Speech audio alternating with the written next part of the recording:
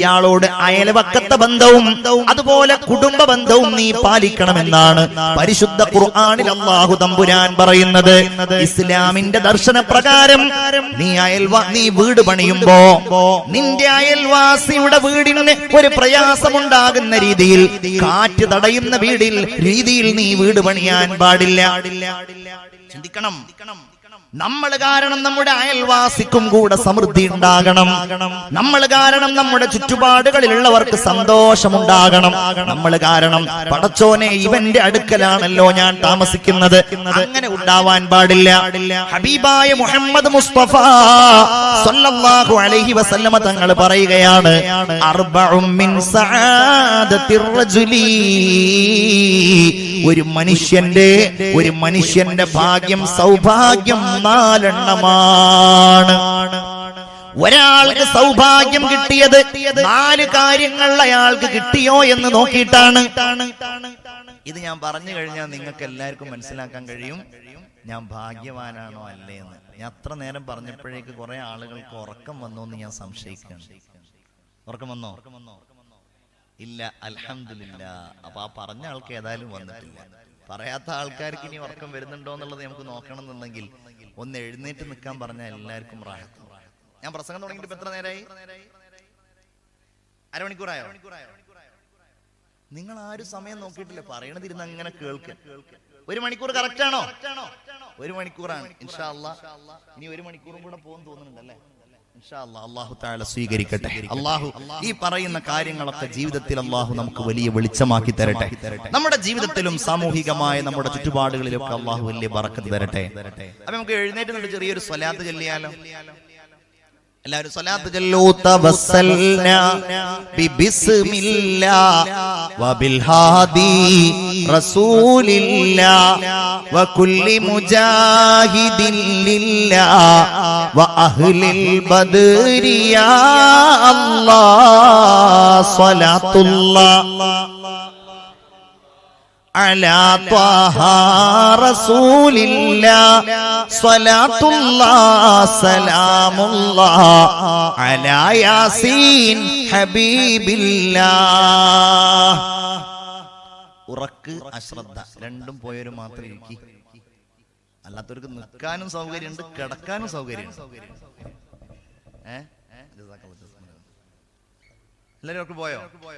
അൽഹംദുലില്ലാ, ഉറക്കൊക്കെ പോയി എല്ലാരും ഉണർന്ന സ്ഥിതിക്ക് സഹോദരിമാരെ, ഞങ്ങൾ കാണുന്നില്ല എന്നുണ്ടെങ്കിലും നിങ്ങളൊക്കെ അവിടെ ഉറങ്ങാതിരിക്കുന്നുണ്ടാവുന്നതാണ് ഞങ്ങളുടെയൊക്കെ പ്രതീക്ഷ. ഇൻഷാ അല്ലാഹ് ബക്കറ്റുമായിട്ട് നമ്മുടെ സുഹൃത്തുക്കളുടെ അടുക്കൽ. അവരുടെ പേരെന്താണ്? അബ്ദുൽ ഹമീദ് സാഹിബാണ്. അപ്പൊ ഹമീദ് വരുന്ന സമയത്ത് ഒരു കാര്യം കൂടെ പറഞ്ഞിട്ട് തുടങ്ങിയാൽ മതി. ഹമീദ് കാ എന്താണെന്നറിയോ? ഇപ്പൊ കീശയെന്ന് ഇങ്ങനെ എടുത്തിട്ടുണ്ടാവും. എത്ര നമ്മൾ ഏറ്റവും കൂടുതൽ അള്ളാഹു എന്താ ഖുർആനിൽ പറഞ്ഞത്? ലൻ തനാലുൽ ബിർറ ഹത്താ തുൻഫിഖു മിമ്മാ തുഹിബ്ബൂൻ എന്നാണ്. നിങ്ങൾ ഏറ്റവും ഇഷ്ടപ്പെടുന്നത് നിങ്ങൾ ചെലവഴിക്കുന്നത് വരെ നിങ്ങൾ ആരും നല്ലത് ചെയ്തവരല്ല. ഇതൊരു ചെലവഴിക്കലാണല്ലോ. നമ്മളെ ഏറ്റവും ഇഷ്ടപ്പെടുന്നത് കാരണം നമ്മുടെ കീശയിലുള്ളതിൽ നമ്മൾ ഏറ്റവും ഇഷ്ടപ്പെടുന്ന നോട്ട് എത്രയാണ്? 10 റുപ്യ അല്ലേ? അതുകൊണ്ട് എല്ലാരും 10 റുപ്യ എങ്ങനെ ഇടുക? ഏത് ബക്കറ്റ് പിരിവ് നോക്കിയാലും 10 റുപ്യ. ഞാൻ പലപ്പോഴും പറയാറുണ്ട്, നമ്മുടെ നരേന്ദ്രമോദി 500 1000 ഒക്കെ നിരോധിച്ച കൂട്ടത്തിൽ ആ 10 രൂപ കൂടെ നിരോധിച്ചിരുന്നെങ്കിൽ നമ്മളെ ബക്കറ്റ് പിരിവൊക്കെ എന്നേ രക്ഷപ്പെട്ടേ. അപ്പൊ മിക്കവാറും നമ്മളുടെ ബക്കറ്റ് പിരിവ് കണ്ടാൽ നിരോധിക്കാൻ സാധ്യതയുണ്ട്. എവിടെ നോക്കിയാലും 10 റുപ്യ. ആ പ്രവണത അവസാനിപ്പിക്കണം. 10 റുപ്യക്ക് എന്താ കിട്ടുക? 1 കിലോ മത്തി ഞാൻ കഴിഞ്ഞ ചൊവ്വാഴ്ച ബുധനാഴ്ച എങ്ങാണ്ട് 1 കിലോ മത്തി വാങ്ങിയപ്പോ എത്ര വില എന്നറിയാം? 120 രൂപ 1 കിലോ മത്തിക്ക്. ഇവിടെ എത്രയാണ്? ഞാൻ ഇവിടെ വില കുറവുണ്ടെങ്കിൽ കുറച്ച് നമ്മുടെ നാട്ടിലേക്ക് കൊണ്ടുപോകാന്നോ ആലോചിക്കാൻ വേണ്ടി ചോദിച്ചതാണ്. 200 എന്നിട്ടാണോ നിങ്ങൾ 10 രൂപ ഇടുന്നത്? മത്തിയിൽ താഴെ ഉള്ള വല്ല മീനുണ്ടോ? ഇല്ലല്ലോ. മത്തിയിൽ താഴെ ഒരു മീൻ, ഏറ്റവും ലോക്കൽ മീനായിട്ട് എല്ലാവർക്കും കഴിക്കാൻ പറ്റുന്ന ഏത് കാലഘട്ടത്തിലും കിട്ടുന്ന ഒരു മത്സ്യം. അതുകൊണ്ടാണ് മത്തിനെ പറഞ്ഞത്. മാന്തളാവുമ്പോ അതിനേക്കാളും അപ്പുറാണ്, അയലയാവുമ്പോ അതിനേക്കാളും അപ്പുറാണ്. എന്നിട്ടാണ് അപ്പൊ ഇൻഷാ അല്ലാഹ് മത്തിയുടെ ഒരു പകുതി, 1/2 കിലോ മത്തിയുടെ കാശെങ്കിലും നിങ്ങളുടെ ബിസ്മില്ലാഹിർ റഹ്മാനിർ റഹീം നല്ലൊരു സദഖ 10 എടുത്ത് കയ്യിൽ വെച്ച ആളുകൾ അതൊന്നും കൂടെ ഇട്ടിട്ട് അതിൽ എന്തെങ്കിലും കൂട്ടിയിടുക. അള്ളാഹു സ്വീകരിക്കട്ടെ, അള്ളാഹു കബൂലാക്കട്ടെ. അള്ളാഹു കബൂലാക്കട്ടെ. എല്ലാവരും ആമീൻ പറയാം. അള്ളാഹു സ്വീകരിക്കട്ടെ. എന്ത് മുറാദുകളോടെയാണോ നിങ്ങൾ ആ ബക്കറ്റിലേക്ക് സ്വതക്ക ചെയ്യുന്നത്, അള്ളാഹു ആ സ്വതക്കയെ സ്വീകരിക്കട്ടെ. അള്ളാഹു നിങ്ങളുടെ മുറാദുകൾ ഹാസുലാക്കി തരട്ടെ. ആമീൻ യാ റബ്ബൽ ആലമീൻ.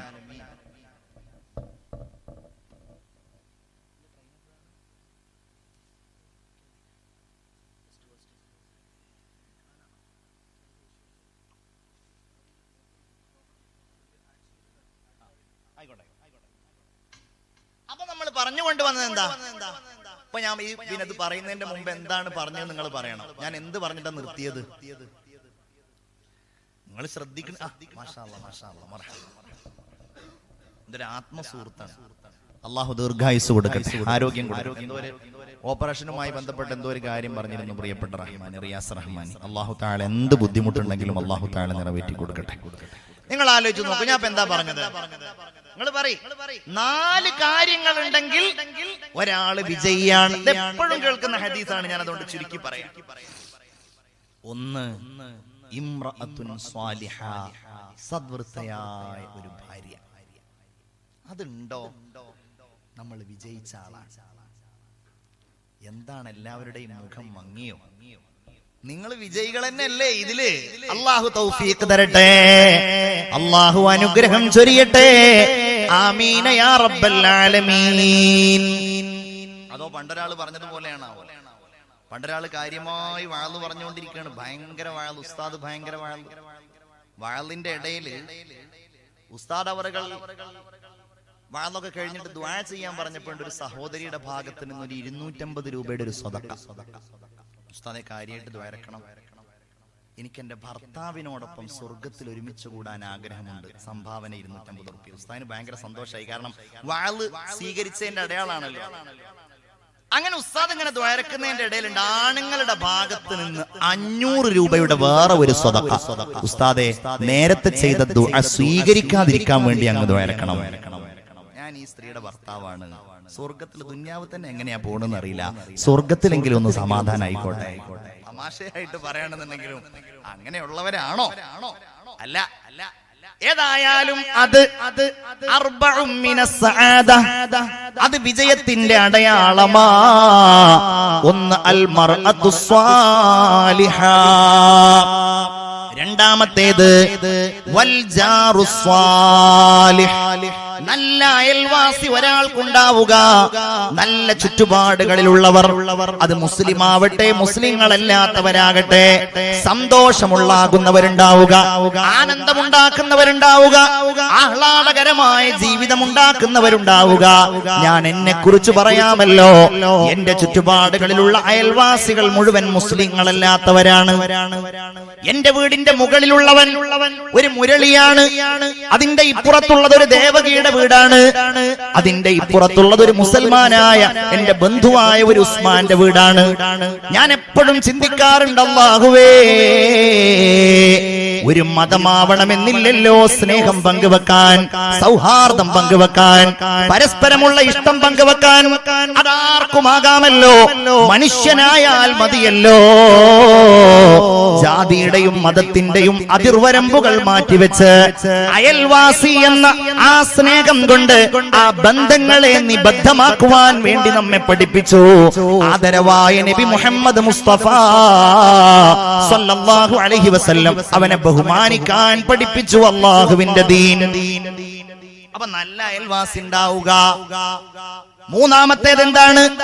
മൂന്നാമത്തേത് അവിടെ നിൽക്കട്ടെ. നാലാമത്തേത് വൽ മർകബുൽ ഹനീ, വൽ മർകബുൽ ഹനീ, ഇണങ്ങിയ ഒരു വാഹനം ഉണ്ടാവുക. മൂന്നാമത്തേത് വൽ മസ്കനുൽ വാസിഅ, വേറെ ഹദീസിൽ വദ്ദാറുൽ വാസിഅ, വിശാലമായ വീട്. ഇവിടെയാണ് നമ്മളൊക്കെ പെടാറുള്ളത്. നമ്മുടെ മനസ്സിനാണ് വിശാലത. ഞാനൊരാളുടെ വീട്ടിൽ പോയി. ആ വീട്ടിൽ പോയപ്പോ എന്നെ സംബന്ധിച്ചിടത്തോളം കാഴ്ചയിലത് ചെറിയ ഒരു വീടാണ്, പക്ഷെ ആ മനുഷ്യന്റെ മനസ്സ് വളരെ വിശാലമാണ്. കാരണം അയാൾക്ക് ആ വീട് എല്ലാ സൗകര്യമുള്ള വീടായിട്ട് അനുഭവപ്പെടുന്നു. നിങ്ങളുടെ വീടുകളെ കുറിച്ച് ആലോചിക്കുക. എന്നിട്ട് നിങ്ങൾ ചിന്തിക്കുക, എന്റെ ഈ വീട് അൽഹംദുലില്ലാഹ് ഇതിലെനിക്ക് താമസിക്കാനുള്ള വിശാലതയുണ്ടല്ലോ, സൗകര്യങ്ങളുണ്ടല്ലോ, ഇതെനിക്ക് മതിയായതാണ്. ഇനി ഇതിന്റെ മുകളിൽ ഞാൻ വീട് വെക്കുന്നില്ല, ഇതിനെ ഞാൻ വിശാലമാക്കുന്നില്ല എന്ന് ചിന്തിച്ച് ഉള്ള വീട് കൊണ്ട് തൃപ്തിപ്പെട്ടാൽ റഹ്മാനായ റബ്ബ് അത് വിശാലമായ വീടാക്കുകയാണ്. എന്നാൽ വീടുണ്ടാക്കി ഒരു കൊല്ലം കഴിഞ്ഞപ്പോ റൂമിന്റെ വീതി പോരല്ലോ, സിറ്റ് ഔട്ടിന്റെ വീതി പോരല്ലോ, അതുപോലെ അതിഥികളെ സ്വീകരിക്കാനുള്ളതിന്റെ വിശാലത പോരല്ലോ എന്ന് പറഞ്ഞിട്ട് കടം വാങ്ങിയും ബുദ്ധിമുട്ടിയിട്ടും ഉള്ള വീട് പൊളിക്കാൻ തയ്യാറാകുന്നുവെങ്കിൽ നിന്റെ വീട് വിശാലമായ വീടല്ല. നിന്റെ വീട് നീ വിജയിച്ചതിന്റെ അടയാളം നിനക്ക് കിട്ടിയിട്ടില്ല. വിശാലമായ വീടെന്ന് പറയുന്നത് ഏതാ? ആ വീട്ടിലേക്ക് നിന്റെ പ്രിയപ്പെട്ട ഉമ്മയെ നീ കൊണ്ടുവന്നിട്ടുണ്ട്. നിന്റെ പ്രിയപ്പെട്ട ഉപ്പ അവിടെ താമസിക്കുന്നുണ്ട്, നിന്റെ ഭാര്യ അവിടെയുണ്ട്, നിന്റെ മക്കൾ അവിടെയുണ്ട്. നിന്റെ ഉമ്മാക്കുള്ള സേവനം നീ ചെയ്യുന്നുണ്ട്, നിന്റെ വാപ്പാക്കുള്ള സന്തോഷം നീ ചെയ്യുന്നുണ്ട്. നിന്റെ ഉമ്മാക്ക് രാത്രി ചോറ് പറ്റില്ല, നിന്റെ ഉമ്മാക്ക് രാത്രി കഞ്ഞിയാണ് പറ്റുക. ആ കഞ്ഞിയാണ് നീ ഉമ്മാക്ക് കൊടുക്കുന്നത്. നിന്റെ ഉപ്പാക്ക് രാത്രി ചപ്പാത്തിയാണ് വേണ്ടത്, നീ ആ ചപ്പാത്തിയാണ് കൊടുക്കുന്നത്. അവിടെ അസ്വാരസ്യമില്ല, അവിടെ സങ്കടമില്ല, അവിടെ സംഘട്ടനമില്ല, എല്ലാം അവിടെ സമാധാനമാണ്. എങ്കില് ആ വീടാണ് അൽ മസ്കനുൽ വാസിഅ, വിശാലമായ വീട് എന്ന് നബിയുനാ മുഹമ്മദ് മുസ്തഫ സല്ലല്ലാഹു അലൈഹി വസല്ലം സൂചിപ്പിച്ച വീട്. എന്നാൽ ഇന്നത്തെ വിശാലത എവിടെയാണ്? ഇന്ന് എന്തിനാണ് ഗൾഫിൽ പോകുന്നത്? നമ്മുടെയൊക്കെ ലക്ഷ്യം ഒരു വീടുണ്ടാക്കുക എന്നുള്ളതാണ്. എന്റെ പ്രിയപ്പെട്ടവരെ, വീട് നമുക്ക് അനുയോജ്യമായ വീടാകണം. ഒരു വലിയ സമ്പന്നനാണെങ്കിൽ അവന് വരുമാനമുണ്ട് എങ്കിൽ അവന് ഇഷ്ടമുള്ള എത്ര വലിപ്പമുള്ള അമിതമല്ലാത്തതായിരിക്കുന്ന വീടെടുക്കുന്നതിൽ അല്ലാഹുവിന്റെ ദീൻ ഒരിക്കലും അവനോട് വിലക്ക് പറയുന്നില്ല. എന്നാൽ ഇന്ന് വീടെടുക്കുന്നത് എങ്ങനെയാ? ഞാൻ കഴിഞ്ഞ ദിവസം ഒരു വീട്ടിൽ പോയപ്പോ ആ സഹോദരന്റെ വീട് യൂട്യൂബിലൊക്കെ ഉണ്ട്, അവന്റെ വീടിന്റെ ഹൗസ് വാമിംഗ് ഉണ്ട്. എന്നാൽ അദ്ദേഹത്തിന്റെ ഉപ്പ എന്നോട് പറഞ്ഞു, ഈ വീടെടുത്തതിന് ശേഷം ഇവിടെ സമാധാനമില്ല, മുഴുവൻ കടമാണ്. അവനാണെങ്കിലോ എല്ലാ സൗകര്യങ്ങളും ഉള്ള ആളായിരുന്നു, പക്ഷെ ഈ വീടെടുത്തതോടുകൂടെ അവനാകെ പ്രശ്നത്തിലാണെന്ന് എന്നോട് പറഞ്ഞു. എനിക്ക് തോന്നിയ ഒരു കാര്യം, വീടെടുക്കാൻ വേണ്ടി ഒരുങ്ങിയ ഒരാൾ അവന്റെ ബഡ്ജറ്റിൽ ഒതുങ്ങാത്ത, അവന്റെ ഭാര്യയുടെ സമ്മർദ്ദപ്രകാരം, അവന്റെ പൊങ്ങച്ചത്തിന് വേണ്ടിയിട്ട്, അവന്റെ ആഡംബരത്തിന് വേണ്ടിയിട്ട് അവൻ വീടുണ്ടാകുമ്പോ അവന്റെ വരുമാനത്തിനപ്പുറത്തേക്ക് പോയിട്ട് ബാങ്കിൽ പോയി ലോൺ എടുത്ത്, പലിശക്ക് പണമെടുത്ത്, ആളുകളിൽ നിന്ന് കടം വാങ്ങി, അങ്ങനെ അലങ്കാരവും സന്തോഷവും അലങ്കാരവും അതുപോലെ വലിയ വലിയ സംവിധാനവും ഒക്കെ ഒരുക്കിയാൽ ആ വീടൊരിക്കലും സമാധാനത്തിന്റെ വീടാവുകയില്ല. അവിടെയാണ് നമ്മൾ ആദ് സമുദായത്തെ കാണേണ്ടത്, അവിടെയാണ് നമ്മൾ സമൂഹ ഗോത്രത്തെ കാണേണ്ടത്. ഇതൊക്കെ എന്തിനാ ഖുർആൻ പറഞ്ഞതെന്നറിയോ? ഇവന്മാര് വലിയ വീടുണ്ടാക്കി എന്ന് ഖുർആൻ പറയുന്നുണ്ട്. ആദ് സമുദായം എന്താ പറഞ്ഞത്? പോലെ വീട് എങ്ങനത്തെ വീടെന്നറിയോ? നമ്മളുടെ ലോക്കൽ വീടല്ല. വസമൂദല്ലദീന ജാബുസ്സഖ്റ ബിൽവാദ്, മലഞ്ചെരിവുകളിൽ പാറകൾ തുരന്നുകൊണ്ടാണ് സമൂദ് ഗോത്രം വീടുകൾ ഉണ്ടാക്കിയത്. ആദ് സമുദായം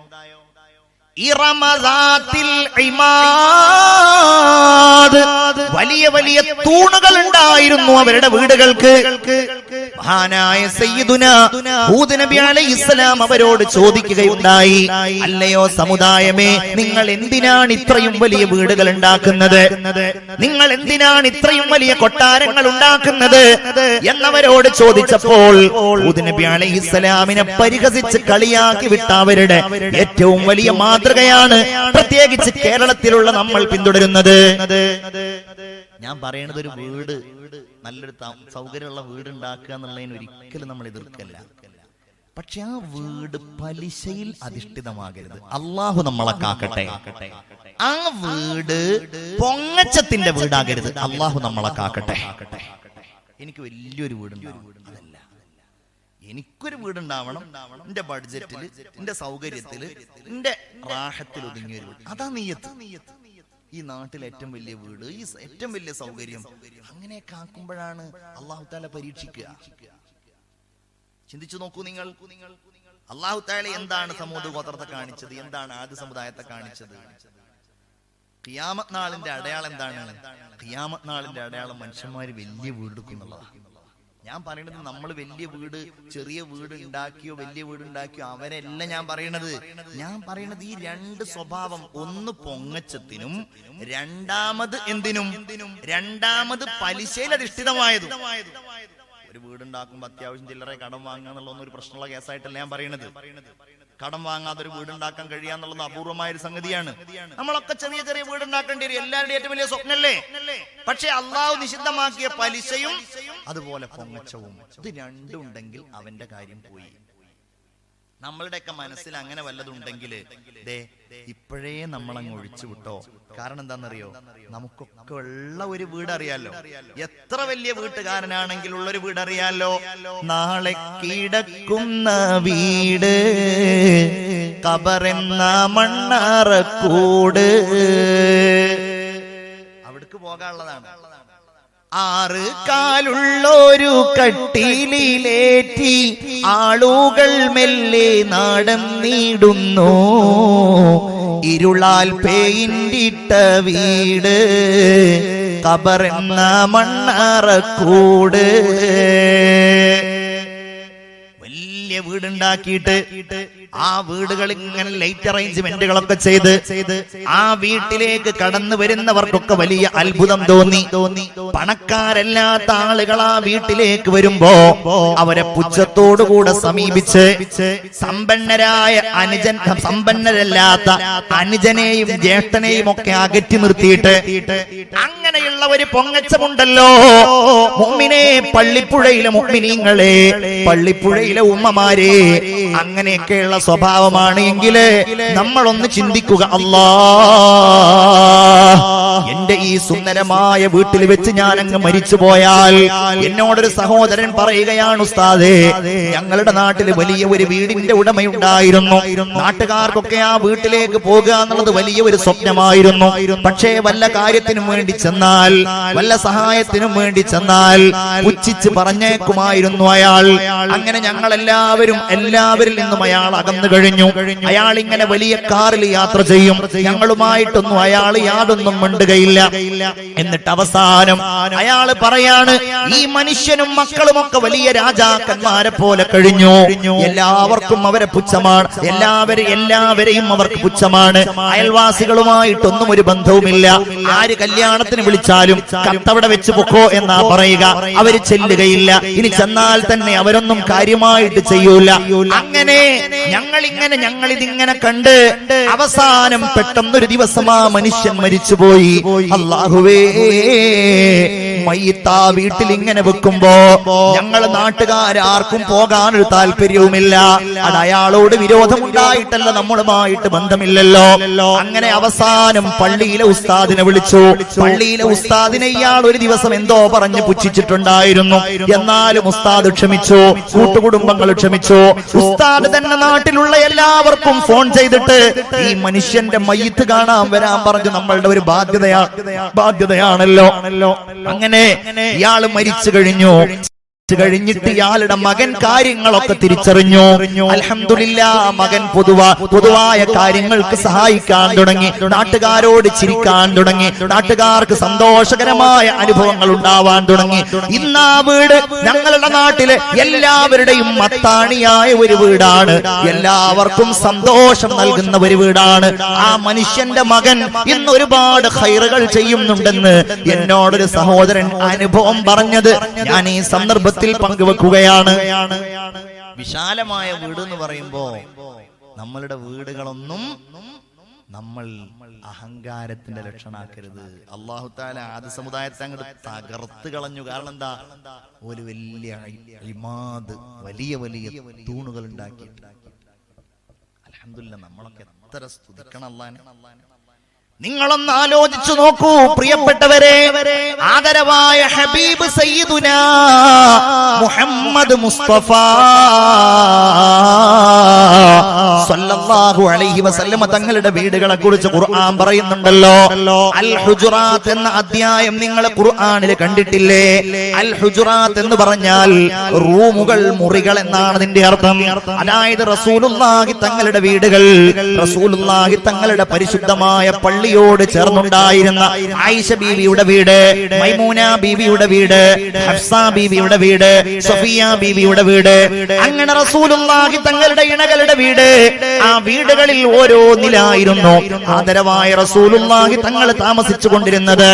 ആ വീടുകളെ കുറിച്ച് മഹാന്മാര് പറയുന്നത് ഇങ്ങനെയാണ്: ആ വീടുകൾ ചെറിയ റൂമുകളായിരുന്നു. റസൂലുള്ളാഹിന്റെ വീടുകളിൽ ഒന്ന് കൈ നന്നായിട്ട് നിവർത്തിയാൽ ചുവരുകളിൽ തട്ടുമായിരുന്നു. ഏതാനും 3-4 മുഴം വീതിയും നീളവുമേ ഉണ്ടായിരുന്നുള്ളൂ. കൈ നന്നായിട്ട് ഉയർത്തിയാൽ മേൽക്കൂരയിൽ തട്ടുമായിരുന്നു. റസൂലുള്ളാഹിന്റെ വീടുകൾ ചെറിയ വീടുകൾ, ഈന്തപ്പന ഓലകൾ മോഞ്ഞ വീടുകൾ. ആ വീടുകളിൽ ആയിഷ ബീവിയുടെ വീട്ടിൽ ചെറിയ ഒരു കട്ടിലുണ്ട്. റസൂലുള്ളാഹി തങ്ങൾക്ക് കിടക്കാൻ ചെറിയ ഒരു പായയുണ്ട്. റസൂലുള്ളാഹിക്ക് ഇരിക്കാൻ ചെറിയ ഒരു തലയിണയുണ്ട്. കൂടുതൽ ഫർണിച്ചറുകളില്ല, കൂടുതൽ സൗകര്യങ്ങളില്ല. അസ്ഹാബു റസൂലിനോട്, റസൂലുള്ളാഹിന്റെ അനുയായികളോട് അല്ലാഹുവിന്റെ റസൂൽ എനിക്കത് വേണമെന്ന് പറഞ്ഞാൽ, എനിക്ക് നിങ്ങൾ ഇന്നത് കൊണ്ടുതരണമെന്ന് പറഞ്ഞാൽ, എനിക്ക് ഇങ്ങനെ ഒരു കൊട്ടാരം ഉണ്ടാക്കണമെന്ന് പറഞ്ഞാൽ, ഇനി വേണ്ട സഹാബികളോട് വേണ്ട, അല്ലാഹുവിനോടൊന്ന് പറഞ്ഞാൽ ഹബീബായ റസൂലുള്ളാഹിക്ക് അല്ലാഹു അത് നൽകുമല്ലോ. പക്ഷേ റസൂലുള്ളാഹി അത് ആഗ്രഹിച്ചില്ല. ഹബീബായ നബി തിരുമേനി സല്ലല്ലാഹു അലൈഹി വസല്ലമ തങ്ങള് അങ്ങനെയുള്ള വലിയ വീടുകളെ കൊതിച്ചില്ല. മഹാനായ സഈദ് ഇബ്നുൽ മുസയ്യിബ് റളിയല്ലാഹു അൻഹു പറയുകയാണ്, മർവാൻ ഇബ്നു അബ്ദുൽ മലിക്കിന്റെ കാലത്ത് മദീന പള്ളി വികസിപ്പിക്കാൻ വേണ്ടിയിട്ട് റസൂലുള്ളാഹി തങ്ങൾ താമസിച്ചിരുന്ന ഈ മുറികളെല്ലാം പൊളിക്കാൻ തീരുമാനിച്ചു.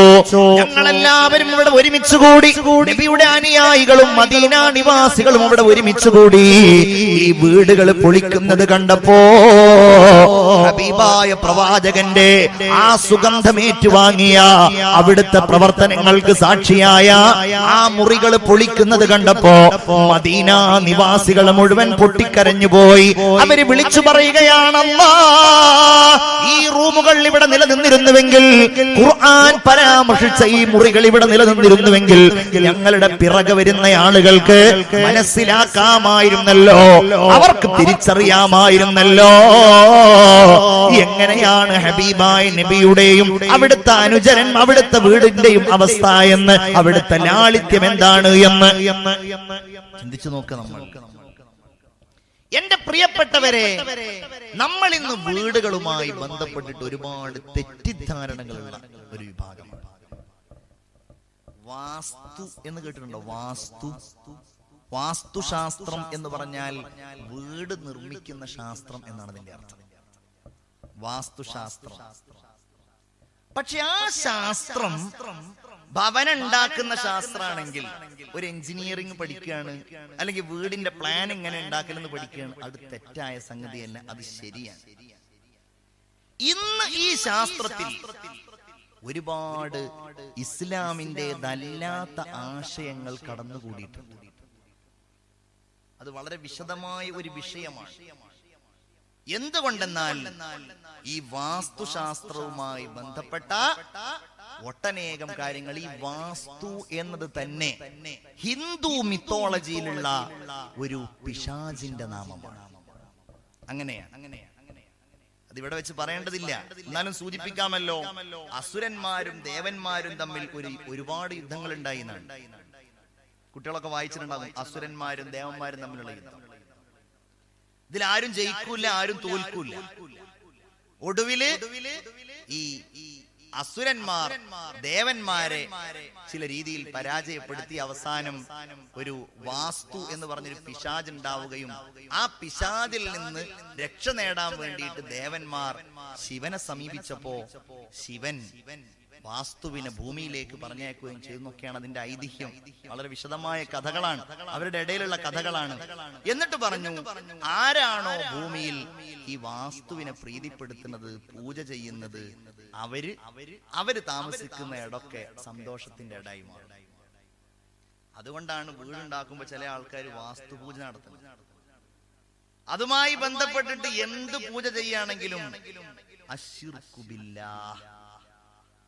ശ്രദ്ധിച്ചോളൂ. 1. 2, വീടുമായി ബന്ധപ്പെട്ടിട്ട് നോട്ടവും അതിന്റെ ലക്ഷണം നോക്കലും ഒക്കെ ഇസ്ലാമികമായിട്ട് മഹാന്മാരുമായി ബന്ധപ്പെട്ടിട്ടൊക്കെ നല്ല കാര്യമാണ്.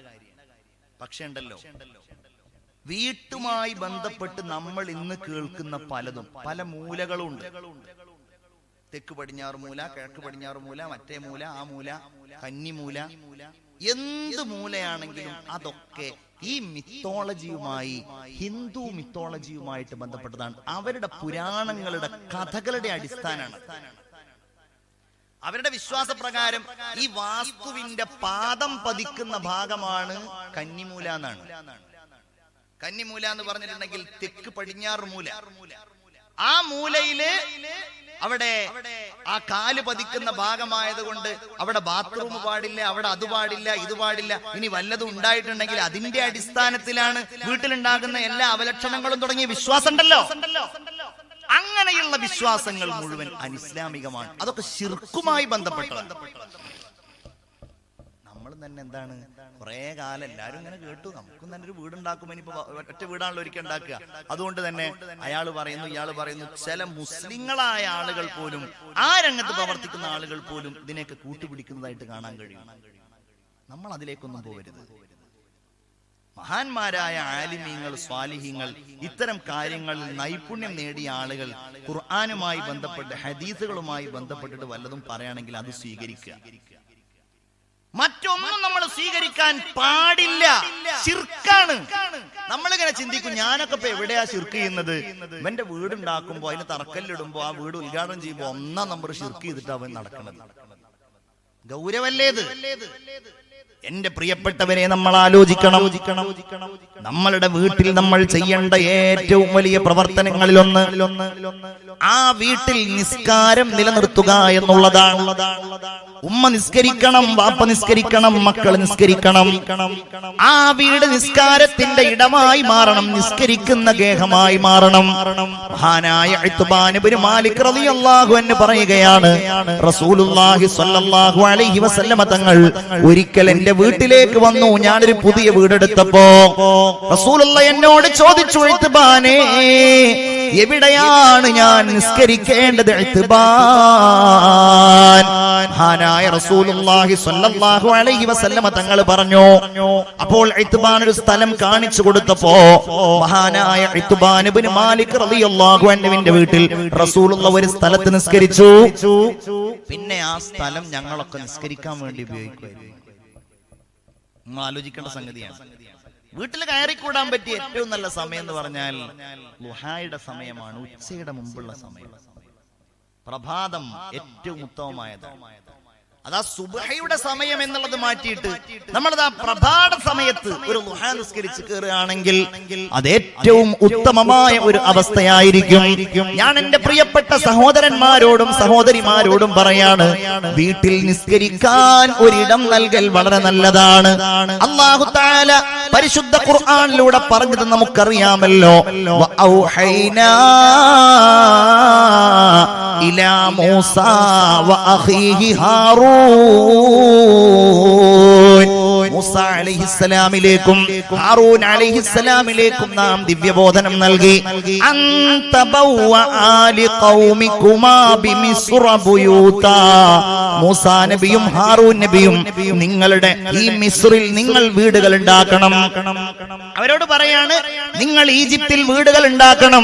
വജ്അലൂ ബുയൂതകും ഖിബ്ല, നിങ്ങൾ നിങ്ങളുടെ വീടുകൾ അല്ലാഹുവിലേക്ക് മുന്നിടാനുള്ള മാർഗമായിട്ട് നിങ്ങൾ സ്വീകരിക്കുകയും വേണം.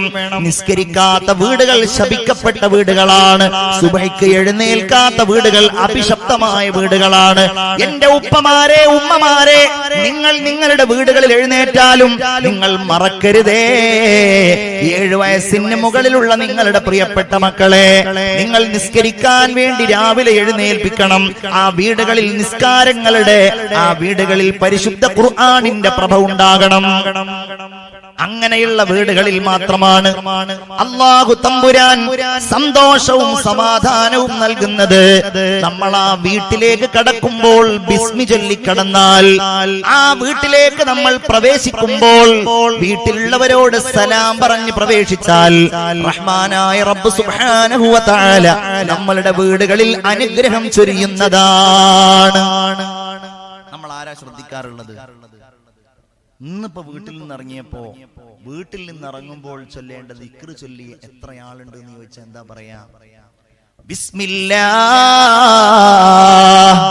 തവക്കൽതു അലല്ലാഹ് ലാ ഹൗല വലാ ഖുവത ഇല്ലാ ബില്ലാഹ് എന്ന് ചൊല്ലിയിട്ടാണ് വീട്ടിൽ നിന്നിറങ്ങേണ്ടത്.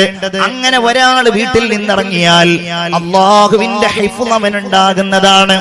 അല്ലാഹുമ്മ ഇന്നി അഊദു ബിക മിൻ അൻ അദില്ല, അല്ലാഹുവേ വഴിതെറ്റുന്നതിൽ നിന്ന് നിന്നോട് ഞാൻ കാവൽ തേടുന്നു. അല്ലാഹുവേ മറ്റുള്ളവർ എന്നെ വഴിതെറ്റിക്കുന്നതിൽ നിന്ന് നിന്നോട് ഞാൻ കാവൽ തേടുന്നു. അങ്ങനെയൊക്കെയുള്ള ദിക്റുകൾ ചൊല്ലണം. വീട്ടിലേക്ക് കയറി പോകുമ്പോൾ സലാം പറയണം. വീട്ടിലുള്ളവരോടൊക്കെ സന്തോഷത്തോടെയും സമാധാനത്തോടെയും നമ്മൾ ഇടപെടണം. എന്റെ പ്രിയപ്പെട്ട മുഅ്മിനീങ്ങളെ, അങ്ങനെയുള്ള ആ വീട്ടിൽ അല്ലാഹു തമ്പുരാൻ നൽകിയ എത്ര കാലത്തെ ആയുസ്സാണോ നമുക്കുള്ളത്, ആ ആയുഷ്കാലം മുഴുവൻ നമ്മൾ ജീവിച്ചു തീർന്നാൽ നമുക്കൊരു വീട്ടിലേക്ക് മടങ്ങാനുണ്ടല്ലോ, കട്ടിലിൽ കയറി പോകാനുണ്ടല്ലോ. മഹാനായ മലക്കുൽ മൗത്ത് അസ്രായീൽ വരുമല്ലോ. ഈ പള്ളിക്കാട്ടിൽ കിടക്കുന്ന നിങ്ങളുടെ വേണ്ടപ്പെട്ട ഓരോരുത്തരുടെ അടുക്കലേക്കും വന്നതുപോലെ നമ്മുടെ അടുക്കലേക്കും വരുമല്ലോ. ആ സമയത്ത് സന്തോഷത്തിന്റെ ഇടമായി മാറണമെങ്കിൽ, റഹ്മത്തിന്റെ മലക്കുകൾ വരണമെങ്കിൽ നമ്മളുടെ വീട്ടിൽ നിന്ന് എല്ലാ അരുതായ്മകളെയും നമ്മൾ അകറ്റണം. നമ്മളുടെ വീട് സംഗീത സാന്ദ്രമാവല്ലേ, നമ്മളുടെ വീട് സിനിമ കാണപ്പെടുന്ന വീടാവല്ലേ, നമ്മളുടെ വീട് ഹറാമ് പറയപ്പെടുന്ന വീടാകല്ലേ. അങ്ങനെയുള്ള വീടായാൽ റഹ്മത്തിന്റെ മലക്കുകൾ വരികയില്ല. നമുക്ക് ഖബറിലേക്ക് പോകുമ്പോ നമ്മുടെ മുമ്പിലും നമ്മുടെ പിന്നിലും അല്ലാഹുവിന്റെ മലക്കുകൾ വേണം. അല്ലാഹു നമ്മെ ഖബറിൽ കൊണ്ടുപോയാൽ ആ ഖബർ സന്തോഷത്തിന്റെ സ്വർഗത്തിന്റെ ഇടമാക്കി മാറ്റാൻ നമുക്ക് സാധ്യമാകണം. അതിന് നമ്മൾ എന്ത് വേണം? നമ്മുടെ വീടുകളിൽ ഖുർആൻ പാരായണം, നമ്മുടെ വീടുകളിൽ ദിക്റിന്റെ ശബ്ദം, നമ്മുടെ വീടുകളിൽ സ്നേഹത്തിന്റെ ശബ്ദം, നമ്മുടെ വീടുകളിൽ സമാധാനത്തിന്റെ ശബ്ദം. അല്ലാഹു തൗഫീഖ് തരട്ടെ. ഈ പറഞ്ഞ കാര്യങ്ങളൊക്കെ സ്വീകരിക്കാനും ഇതനുസരിച്ച് പ്രവർത്തിക്കാനും അല്ലാഹു നമുക്കെല്ലാവർക്കും അവസരം തരട്ടെ. എല്ലാവരും ആമീൻ പറയൂ. അല്ലാഹു അവസരം തരട്ടെ. ഇൻഷാ അല്ലാഹ് ഈ സദസ്സ് ദുആയുടെ സദസ്സാണ്. നമ്മളിൽപ്പെട്ട എത്രയോ ആളുകളുണ്ട് ഒരു വീടില്ലാത്ത ആള്, വാടക വീടുകളിൽ താമസിക്കുന്ന ആള്, സ്വന്തം വീടുണ്ടാക്കാൻ വേണ്ടി കാലങ്ങളായി ആഗ്രഹിച്ചിട്ട് ഇതുവരെ അത് നടക്കാത്ത ആളുകൾ. ഇൻഷാ അല്ലാഹ് ഇന്ന് വീടിനെ കുറിച്ച് പറഞ്ഞ ഈ മജ്ലിസിൽ പ്രത്യേകമായി ഞാൻ അവർക്ക് വേണ്ടി പറയാം. ഇൻഷാ അല്ലാഹ് കുറച്ച് കാര്യങ്ങൾക്ക് വേണ്ടിയിട്ട് നമ്മൾ ഇവിടെ ദുആ ചെയ്യാൻ പ്രത്യേകിച്ച് എന്തെങ്കിലും ഉണ്ട്? ദുആ ചെയ്യാൻ, ലേലം ചെയ്യാനുണ്ട്. ഇൻഷാ അല്ലാഹ് നിങ്ങൾ ഈ മജ്ലിസിൽ വെച്ച് നല്ല സ്വതക്കകൾ വാഗ്ദാനം ചെയ്താൽ, ഏറ്റവും നല്ല സ്വതക്കകൾ നിങ്ങൾ തന്നാൽ ഇൻഷാ അല്ലാഹ് നമുക്ക് എല്ലാവർക്കും വേണ്ടി ദുആ ചെയ്യാം. റഹ്മാനായ റബ്ബേ, എന്തൊക്കെ നിയ്യത്തുകളോടെയാണോ ഈ സദസ്സിൽ സ്വതക്ക ചെയ്യുന്നത്, അവരുടെയൊക്കെ മുറാദുകൾ നീ ഹാസിലാക്കണേ അല്ലാഹ്. എല്ലാവരും ഒന്ന് കൈ ഉയർത്തിപ്പിടിച്ച് ആമീൻ പറയൂ. ഈ പള്ളിപ്പുഴയിലെ ഈ റാത്തീബിന്റെ ദിവസത്തില് അല്ലാഹുവേ, പ്രിയപ്പെട്ട ഉമ്മാക്ക് വേണ്ടി, പ്രിയപ്പെട്ട ഉപ്പാക്ക് വേണ്ടി, പ്രിയപ്പെട്ട വല്യമ്മാക്ക് വേണ്ടി, പ്രിയപ്പെട്ട വല്യപ്പാക്ക് വേണ്ടി ഒരു സ്വതക്ക പറഞ്ഞിട്ട് ഇൻഷാ അല്ലാഹ് ആരാണോ ദുആർക്കാൻ ആവശ്യപ്പെടുന്നത്, ഇന്നലെ മിനിഞ്ഞാന്നൊക്കെ കൊടുത്തോരായിരിക്കും, എന്നാലും സ്വതക്ക തരുമ്പോ ഇൻഷാ അല്ലാഹ് റഹ്മാനായ റബ്ബ് അവരുടെ മുറാദുകൾ അല്ലാഹു തആല ഹാസിലാക്കി കൊടുക്കട്ടെ. എല്ലാവരും ആമീൻ പറയും. പ്രത്യേകിച്ച് മരിച്ചുപോയവരുടെ പേരിൽ ആരൊക്കെയാണോ സ്വതക്ക ചെയ്യുന്നത്, അല്ലാഹു അവരുടെയൊക്കെ ഖബർ വിശാലമാക്കി കൊടുക്കട്ടെ. മരിച്ചുപോയവരുടെ ഖബറിലേക്ക് നിങ്ങൾ ചെയ്യുന്ന സ്വതക്കകളുടെ സവാബ് അല്ലാഹു തആല നൽകട്ടെ. ആമീൻ യാ റബ്ബൽ ആലമീൻ.